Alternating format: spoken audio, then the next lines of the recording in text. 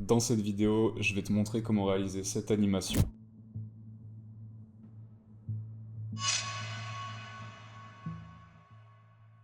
De A à Z. On va aborder tout ce que tu dois savoir sur les modèles 3D, la caméra 3D, ainsi que les éclairages dans After Effects. On va commencer directement. La première chose qu'on va devoir faire, c'est trouver notre modèle 3D. Pour ça, on va simplement chercher sur Google. Là, en l'occurrence, on va animer un iPhone. Mais tu peux trouver tout et n'importe quoi en modèle 3D. Tu as des dizaines et des dizaines de sites qui proposent ça gratuitement. Quand tu vas télécharger ton modèle, je te conseille de télécharger en format .glb ou autre format compressé. On va perdre très légèrement en qualité, mais ça sera beaucoup plus simple à manipuler et plus rapide au niveau du rendu. D'ailleurs, tu peux télécharger tout le projet avec tous les fichiers utilisés, le lien sera dans la description. Ici, on a trouvé notre modèle d'iPhone, on va pouvoir le télécharger et l'importer directement dans After Effects. On va agrandir notre modèle. Comme tu peux le voir, notre modèle a des contrôles un peu différents des autres calques d'After Effects. 3D veut dire 3 dimensions. Ces 3 dimensions sont des axes sur lesquels notre objet va se déplacer dans l'espace. Les axes sont nommés X, Y et Z. Pour comprendre ce concept, il n'y a vraiment rien de mieux que la pratique. Je te conseille vivement de déplacer ton objet, de modifier ses propriétés de position, de rotation, pour comprendre un petit peu mieux comment il réagit dans l'espace. Lorsque tu passes en mode 3D dans After Effects, plusieurs options vont venir s'ajouter ici en bas à droite de ta fenêtre de composition.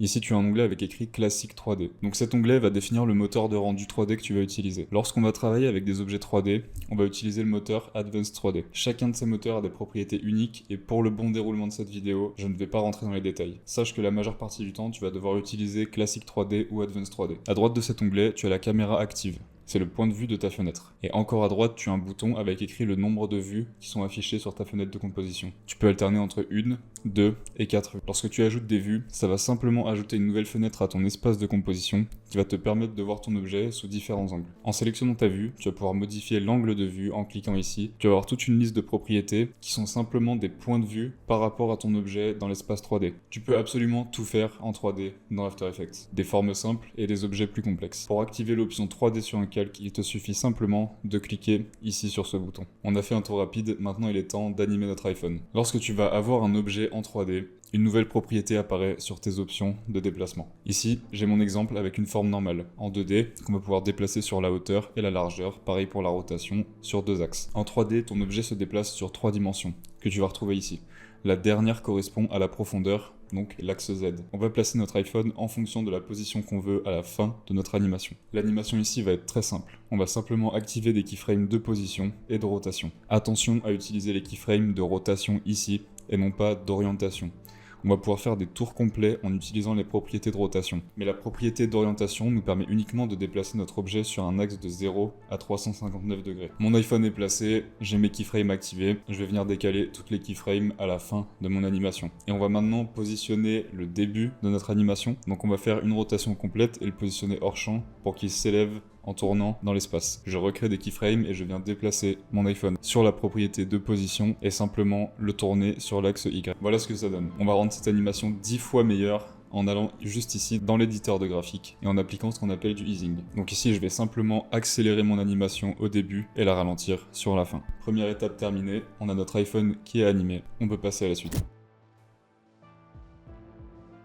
Comme tu l'as vu dans l'animation du début, on a plusieurs angles qui donnent cet aspect un petit peu cinématique à notre animation. Pour créer ces différents angles, on va utiliser la caméra 3D d'After Effects. La caméra dans After Effects, c'est une simulation d'une vraie caméra. Si tu n'es pas habitué, que tu ne connais pas très bien la photographie, ça peut vite paraître complexe. Mais je te rassure, dans 99% des cas, tu vas utiliser 1/10 des options qui sont présentes ici. Pour créer ta caméra, tu vas cliquer droit dans ta fenêtre de composition et tu vas sélectionner caméra tout simplement. Cette fenêtre va apparaître sur ton écran. Tu vas pouvoir choisir entre 2 caméras, une node ou 2 nodes. Je t'ai mis un graphique à l'écran pour que ça soit plus parlant. La caméra à une node va se déplacer sur un point fixé sur la lentille de la caméra. La caméra à 2 nodes, elle, va se déplacer autour d'un point qui définira son axe de rotation et de position. Dans notre cas, et dans la plupart des cas, une caméra à une node suffit amplement et c'est beaucoup plus simple à manipuler. Donc c'est ce qu'on va utiliser dans ce tutoriel. Ici, tu vas voir le zoom de ta caméra qui correspond à l'objectif que tu vas utiliser. Pareil, ça peut vite devenir très complexe. Les presets proposés sont souvent très efficaces, le 50 mm ou le 35 mm conviennent dans 95% des cas. En fonction du moteur de rendu 3D que tu vas utiliser, tu vas pouvoir activer ces options. Dans Classic 3D, tu peux créer de la profondeur de champ en activant cette option. La distance de focus te permet de modifier le focus de ta caméra et l'ouverture va accentuer ou réduire le flou de profondeur de champ. Ici, comme on est en Advanced 3D, ces options ne sont pas disponibles, ce qui en soi va plutôt nous faciliter la tâche. Ok,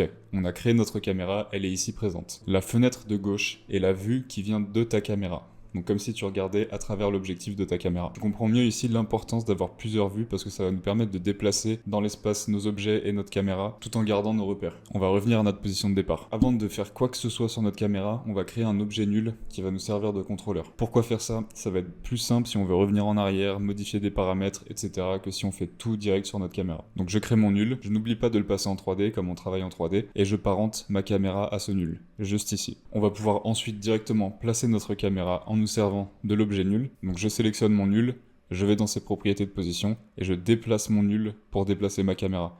C'est un peu compliqué au début, mais tu vas voir, ça se fait très vite. Et voilà, on a notre premier plan. Pour créer les transitions et donner cet effet cinématique où on va passer d'un plan à un autre, on va simplement raccourcir notre première caméra et en créer une nouvelle caméra qu'on va placer à un endroit différent pour nous donner un point de vue différent.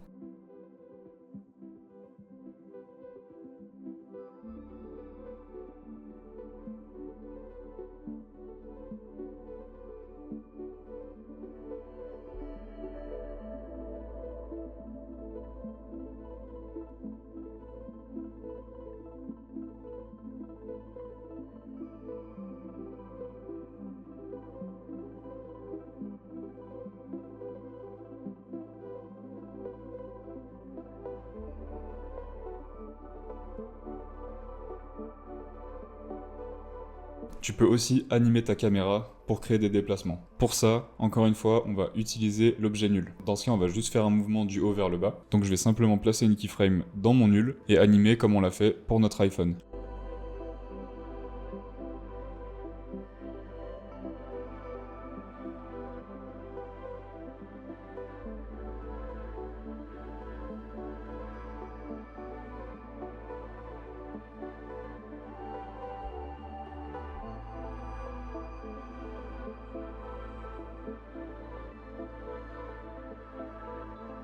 Voilà ce que ça donne pour l'instant. On peut encore ajouter une dernière petite touche pour vraiment donner cet effet cinématique et vraiment donner vie à notre animation.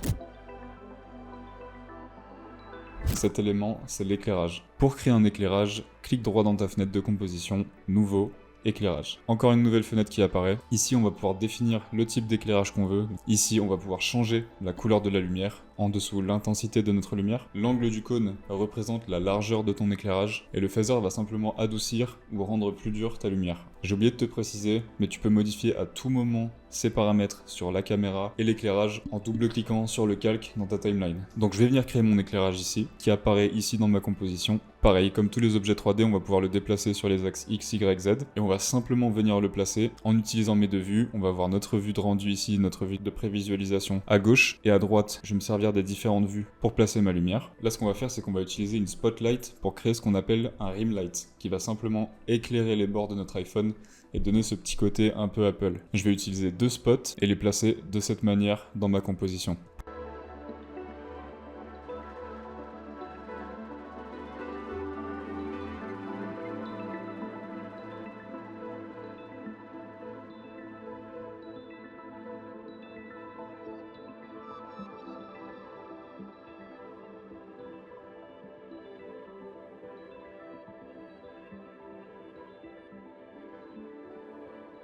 Pour finir, on va ajouter 2-3 éléments de style, le logo d'Apple qui se dessine, ainsi qu'un simple texte avec 2 keyframes d'opacité, et on va avoir notre résultat final.